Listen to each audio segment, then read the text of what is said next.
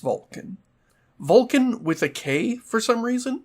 Maybe you've seen this logo in a splash screen somewhere, or maybe you've seen Vulkan in gaming news and wondered what the deal is. Isn't it supposed to make games faster somehow? Is this thing a new graphics engine? Is it a game engine like Unity? Is it middleware? Well, no. It's not any of those things. Vulkan is a replacement for OpenGL. So now I need to explain what OpenGL is. And to explain that, we need to talk about standards.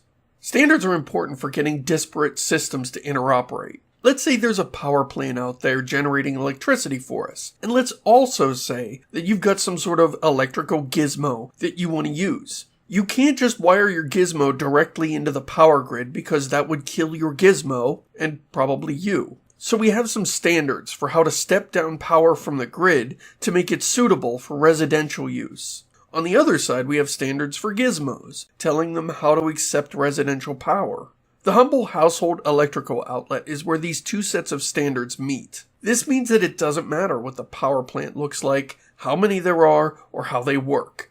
It doesn't matter how large or small the gizmo is or how much power it needs. Each system can follow their half of the standards and the two can meet in the middle. To get a feel for what it's like in a world without standards, think back to the goofy days of the early 90s and how much hassle there was getting games to support your sound card. If you're too young to remember those days, I highly recommend the channel Lazy Game Reviews. Link in the description. In those days, there wasn't a single standard for sound cards. Every model was a little different, and programmers had to go out of their way to write code specifically to support all the different species of sound devices. You'd find games that supported every card except the one you owned, or they only supported a subset of the features you had. It was a lot more work for the developers and a lot more frustration for the user. We eventually got that sorted out, so now developers don't need to care about your specific make and model of card to get sound to come out of the speakers. We have similar standards for graphics, and OpenGL is part of that.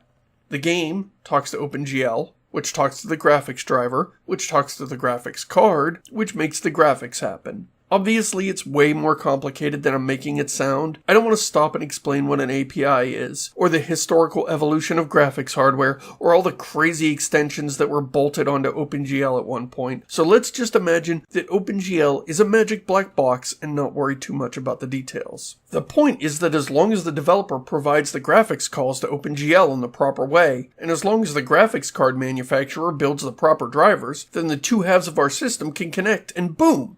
Graphics. The beauty of OpenGL is that it has always been steadfastly backwards compatible. You could take your code from a late 90s shooter and compile it against the latest version of OpenGL, and it has a reasonable chance of working on a modern machine. We don't end up with hard walls between the graphics generations like they do in console land, where graphics engines need to be completely rewritten from scratch to work with the new hotness. It doesn't matter if you write this code in 1998 or 2018, it will still draw a polygon to the screen. Well, actually, you wouldn't want to do things like that today or you'd be wasting most of the available processing power. What you really want to do is pack a bunch of triangles to a buffer and send them off in batches. Actually, that's a horribly outdated way of doing things too. See, what you really need to do is set up some vertex and fragment shaders. Oh, well, except not like this, because that's a naive way of doing things now. So now we come to the first problem with OpenGL. It's got a lot of cruft.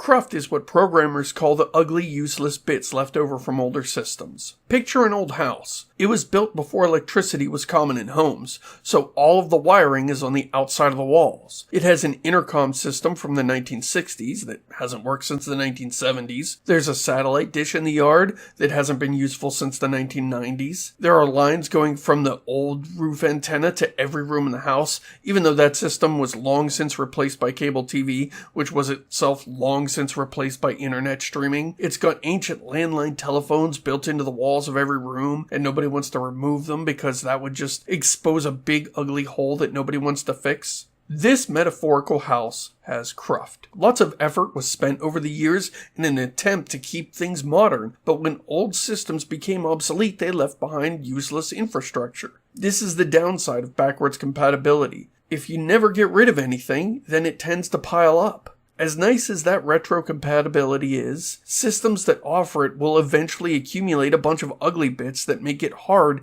to develop and maintain things. This is where Vulkan comes in. We're bulldozing the old house and replacing it with something modern. Hopefully, this gives developers the freedom of OpenGL without all the jank. So that's what Vulkan is. It's an effort to replace OpenGL so developers have a portable way to talk to modern graphics hardware without decades of accumulated cruft. Now is a good time to do this. Graphics technology has stabilized over the last decade or so. New stuff is still being invented, stuff like ray tracing, which I'll cover in a later video, but we're finally past the chaos of the late 90s and early aughts where you had to throw out your game engine every few years because there's a whole new, better way of doing things. Is there a downside to this? Well, sort of. We're giving up that backwards compatibility I talked about before. Also, Vulkan is a lot more complicated to use than humble OpenGL.